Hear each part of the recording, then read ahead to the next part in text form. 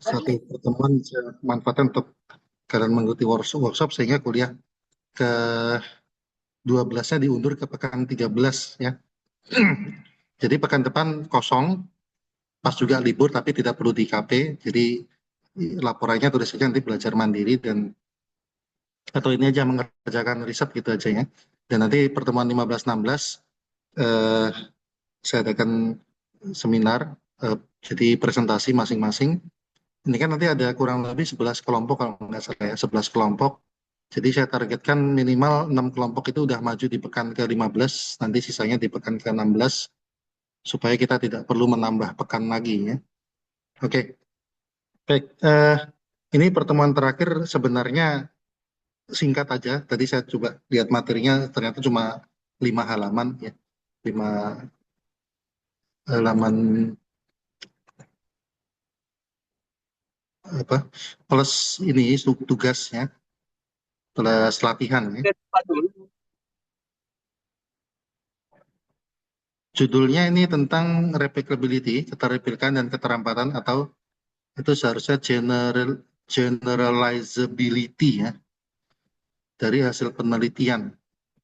Kalau dilihat artinya replicability ya kemampuan untuk atau kemampuan untuk direplikasi. Kalau generalizability ya kemampuan untuk diperumum, digeneralisasi. Ya. Oke, apa maksudnya? Kita lihat di sini ya dikatakan bahwa hasil penelitian itu dapat diteliti ulang. Artinya harus dapat menunjukkan hasil yang diperoleh ditelaah ulang menggunakan data atau situasi yang berbeda. Menurut Norman N. Bobrow, 75. Penelitian ulang itu untuk menjamin hasil yang didapatkan itu bukan kebetulan. Jadi kalau hasil suatu penelitian apa ketika diteliti, ketika dilakukan percobaan ulang hasilnya harus tetap ya, harus konsisten, harus eh, sesuai. Baru kita bisa yakin itu memang kondisinya seperti itu ya, bukan bukan di situ apa pas lagi beruntung aja atau mungkin pas lagi sial aja kita melakukan penelitian, tapi memang kondisinya adalah sesuai ya. Oke, jadi bukan secara kebetulan atau by chance. Tahun 2018 Cooper menerbitkan tajuk rencana dalam jurnal yang membahas isu terkait replication crisis in psikologi ya, dan beberapa implikasi yang menjalar ke studi di bidang pendidikan maupun termasuk pendidikan kimia. Hasil laporan NAS mempertimbangkan reproduksi dan replikasi secara lebih luas. Oke, ya itu detailnya nanti tinggal dibaca.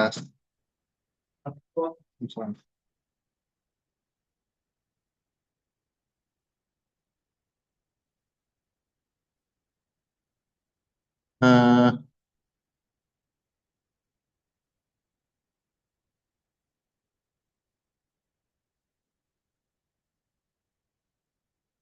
Mungkin yang penting ini aja ya. NAS melaporkan parameter studi replikasi menerima kenyataan bahwa studi dilaksanakan dengan baik dengan metode yang dirancang dan dilaporkan secara hati-hati, mungkin tidak dapat direplikasi dalam step yang diberikan untuk melakukannya. Di antara ide kunci dalam laporan NAS tentang masalah replikabilitas itu sebagai berikut. Studi replikasi mencoba mengikuti metode yang diterbitkan dari karya yang dilaporkan, tapi tidak mungkin untuk mengulangi karya yang sama persis. Sebuah perbandingan hasil antara studi asli dan replikasi harus betulkan baik kedekatan dan ketapastian. Sering dinyatakan dalam variabilitas pengukuran, bersama-sama kedekatan dan ketidakpastian kondisi untuk menilai replikasi, penilaian studi replikasi pada saat dimulai dengan spesifikasi dari aspek studi awal yang dari studi yang menarik. Bahasanya agak kacau. Ya, mungkin ini ya yang kita tangkap adalah jadi dalam replikasi itu kan kita seperti ya mengkaji ulang ya suatu hasil penelitian ya. Jadi di sini mungkin bukan kita melakukan penelitian baru, tapi kita menguji ya, mencoba mereplika, melakukan penelitian yang sama. Dan uh, memang hasil ya tidak akan sama persis, tapi hasilnya juga bisa ya hasilnya harus bisa ini ya, uh, bisa dilihat ininya, ya bahwa hasilnya itu masih ada kaitannya atau gini, atau ya katakanlah bahasa gampangnya itu hasilnya nggak melenceng jauh gitu ya, seperti itu. Jadi perbandingan hasil antara yang asli dan replikasi itu tetap diperhitungkan yang namanya ketidakpastian, kedekatan, seberapa dekat hasilnya, seberapa nggak pasti. Oke, kemudian yang ketiga ya, mengingat potensi variabilitas didefinisikan bahwa studi replikasi berusaha untuk mengevaluasi, hasilnya bisa saja berbeda. Contoh dalam sebuah laporan bukan penurunan signifikansi statistik dalam studi replikasi, tapi di bawah standar kepastian pada tingkat replikasi yang lebih, tapi standar kepastian pada replikasi lebih besar. Apa maksudnya? Di bawah standar kepastian pada tingkat replikasi lebih besar. Ya, oke. Jadi mungkin maksudnya eh, bisa berbeda, tapi masih ini ya di bawah standar ini toleransinya gitu mungkin ya. Berikutnya harus ada hubungan yang terkait dengan bagaimana studi replikasi. Jadi kalau studi awal dianggap replikasi, kesimpulannya harus tetap tidak berubah.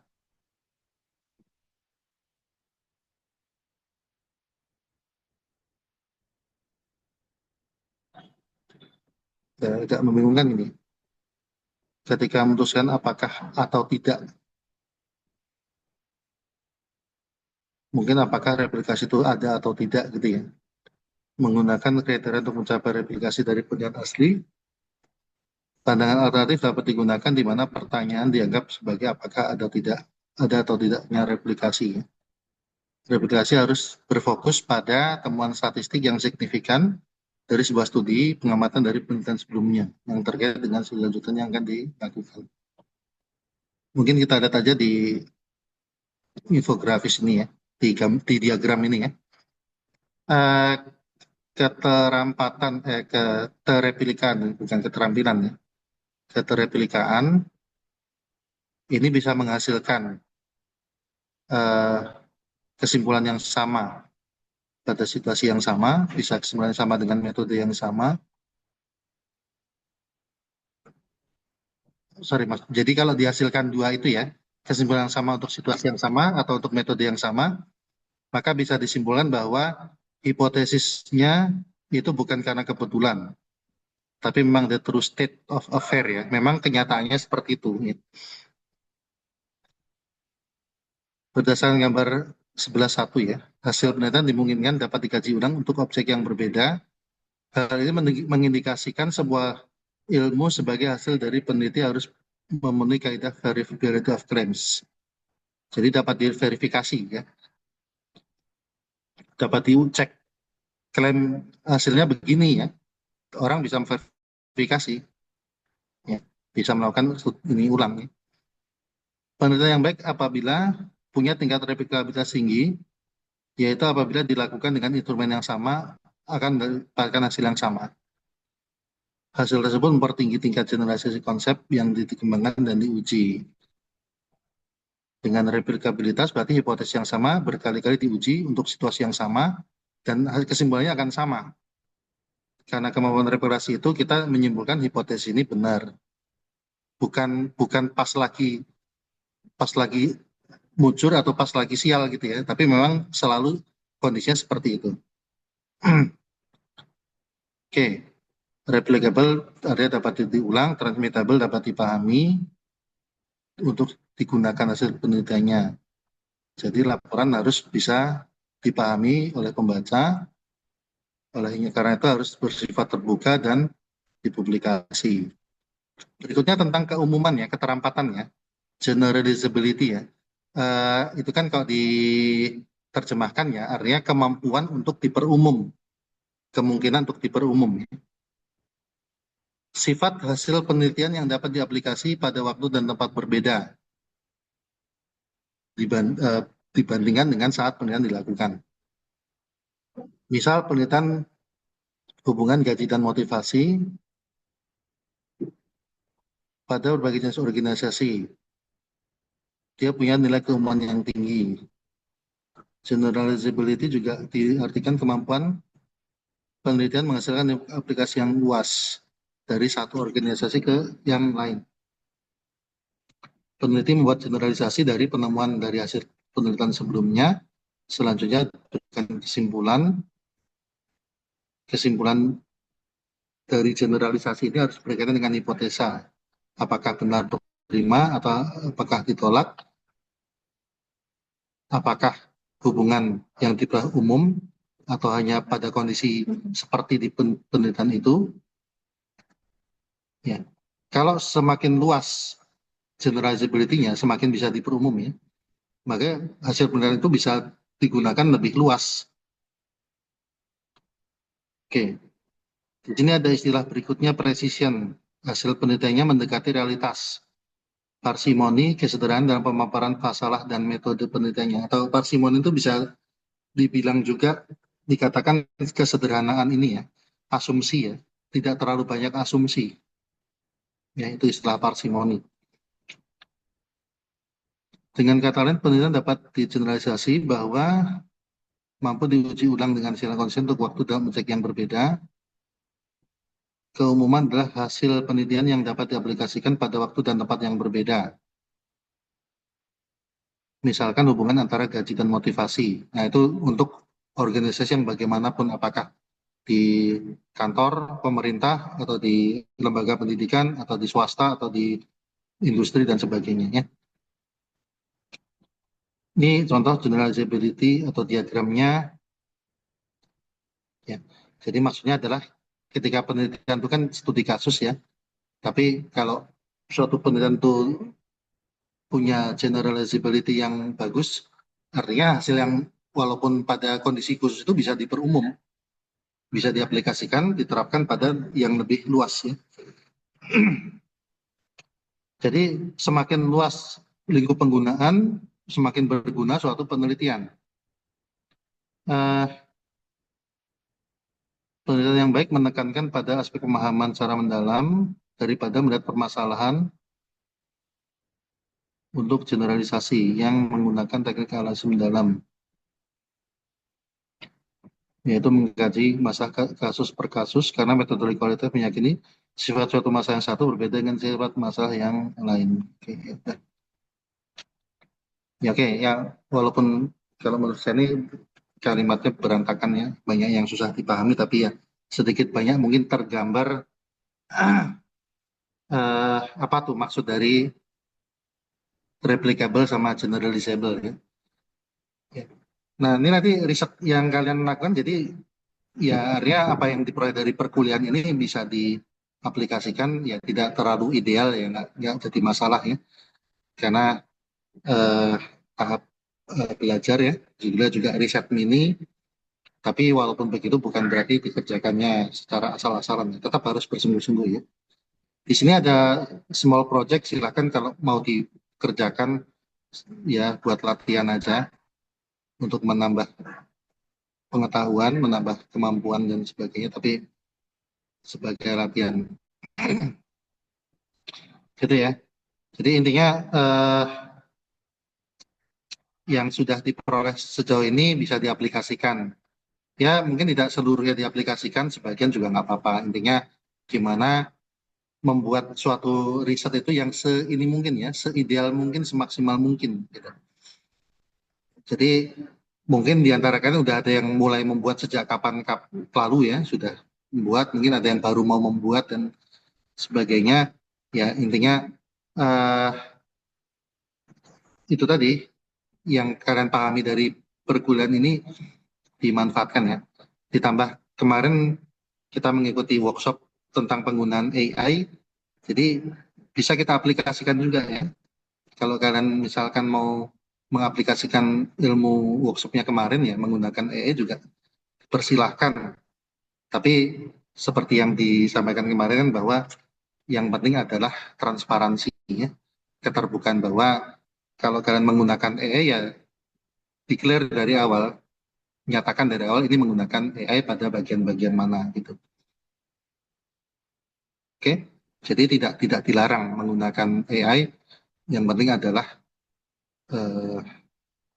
ya itu tadi ya, kejujuran ya, bahwa memang menggunakan AI dan menggunakannya di mana saja. Oke, baik. Jadi untuk kuliah ini mata kuliahnya selesai untuk tatap mukanya, nanti tatap muka berikutnya di seminar ya, 2 pekan lagi berarti. Eh, jadi kalau ada hal-hal yang mungkin nanti mau ditanyakan terkait tugas riset sama seminarnya, silakan nanti di grup saja ya. Ada yang mau ditanyakan? Kalau nggak ada berarti Pak, izin kuliahnya sampai sini aja. Ya, izin bertanya, itu tugas risetnya kita riset dari literatur atau gimana, Pak? eh, sebenarnya nggak ada ketentuan sih. Mau riset lapangan, mau literatur, mau yang penting ada ininya, ada kegiatannya, ada kegiatan penelitiannya, ada metodologinya dan sebagainya, ada masalahnya apa, kemudian cara menjawabnya bagaimana gitu. Itu nanti Oke, hasilnya disusun di bentuk artikel gitu, Pak. iya dalam bentuk ini eh, ya kayak laporan penelitian aja, laporan penelitian biasa. Bisa cari contoh laporan penelitian, lah, ya. Laporan penelitian contohnya gimana kan ada ininya, ada tahap-tahapnya ya, ada latar belakangnya, metodologinya apa, terus kegiatan penelitiannya tuh misalkan melakukan wawancara, eh, kapan waktunya, lokasinya di mana dan sebagainya, terus hasilnya apa gitu. Sebenarnya bukan ini ya, bukan bukan dalam bentuk artikel sih. Tapi kalau kalian mau dalam bentuk artikel sebenarnya boleh-boleh saja. Tapi eh, saya lebih menekankan ini untuk coba bikin laporan penelitian dulu, bikin riset ya. Bahwa nanti riset itu luarannya ada yang terus dijadikan artikel, yaitu eh, hal lain lagi ya. Nanti kalau kalian misalkan kan udah riset, terus mau bikin artikel dari sini bisa ya. Nanti bisa aja artikelnya dilampirkan atau mungkin lain waktu ya di luar kuliah ini kalian mau terbitkan artikelnya ya itu kan untuk kalian sendiri gitu. Seperti itu ya. Baik, Pak. Untuk Jadi yang topiknya bebas, Pak. topiknya bebas ya. Sudah pernah saya sampaikan itu bahwa topiknya itu bebas. Tidak harus terkait matematik ya. Misalkan mau ngamati tentang penjualan apa sepatu itu juga bisa. Seperti ya meneliti apa kemacetan lalu lintas bisa gitu. Ya pokoknya yang kalian mampu aja. Ada topik, kalau misalkan memang ada topik matematik ya boleh-boleh juga gitu. Baik, Pak. Oke, ada lagi yang mau ditanyakan?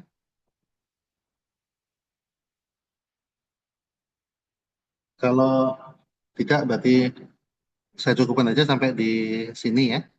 Jadi nanti pertanyaan berikutnya mungkin lewat komunikasi lewat grup saja. Saya akhiri. Assalamualaikum warahmatullahi wabarakatuh. Selamat siang semuanya. Sampai ketemu lagi ya. Selamat beraktivitas.